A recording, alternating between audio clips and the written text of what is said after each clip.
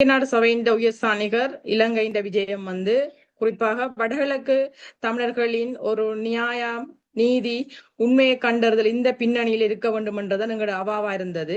அந்த வகையில கிழக்கு மாகாணத்தில் இருக்கிற உறவுகளும் சிவில் செயற்பாட்டாளர்களும் திருவண்ணாமலையில் சந்திப்பதற்கான ஒரு ஏற்பாடு செய்யப்பட்டிருந்தது. அந்த வகையில் தான் நாங்கள் மட்டக்களப்பு மாவட்டத்திலிருந்து வரைந்து காணாமக்கப்பட்ட உறவுகளோடு சேர்ந்து நானும் இந்த பயணத்தை மேற்கொண்டிருந்தேன். அப்ப என் அமைப்பு சார்பாக நாங்கள் ஒரு மகஜரை கையளிக்க வேண்டிய ஒரு எண்ணப்பாட்டில் இருந்தோம்.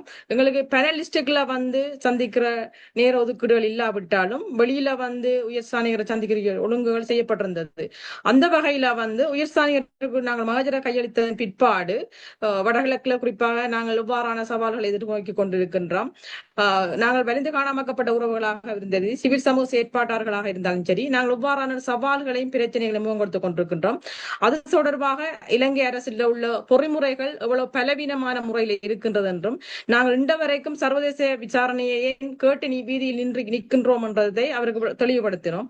அந்த வகையில் எனது குடும்பம் சார்பாக ஏன் இந்த நிலைப்பாட்டில் நாங்கள் இருக்கின்றோம் என்ற தெளிவுபடுத்தினோம். கடந்த காலங்காலமாக எத்தனை ஆணைக்குழுக்கள் இலங்கை நிறுவப்பட்டாலும் எத்தனை அரசுகள் மாற்றம் அடைந்து வந்தாலும் அவங்க ஒரே நிலைப்பாட்டில் தான் இருக்கின்றார்கள்.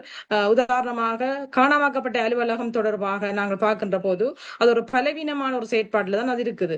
காரணம் என்னவென்றால் ஆளணி பற்றாக்குறை. அவர்களுக்கு 255 உத்தியோகத்தர்கள் கடமையாற்றுகின்ற ஒரு காணாமக்கப்பட்ட அலுவலகத்தில் தற்போதைக்கு 45 உத்தியோகத்தர்கள் கடமையாற்றுகின்ற ஒரு பலவீனமான கட்டமைப்பு.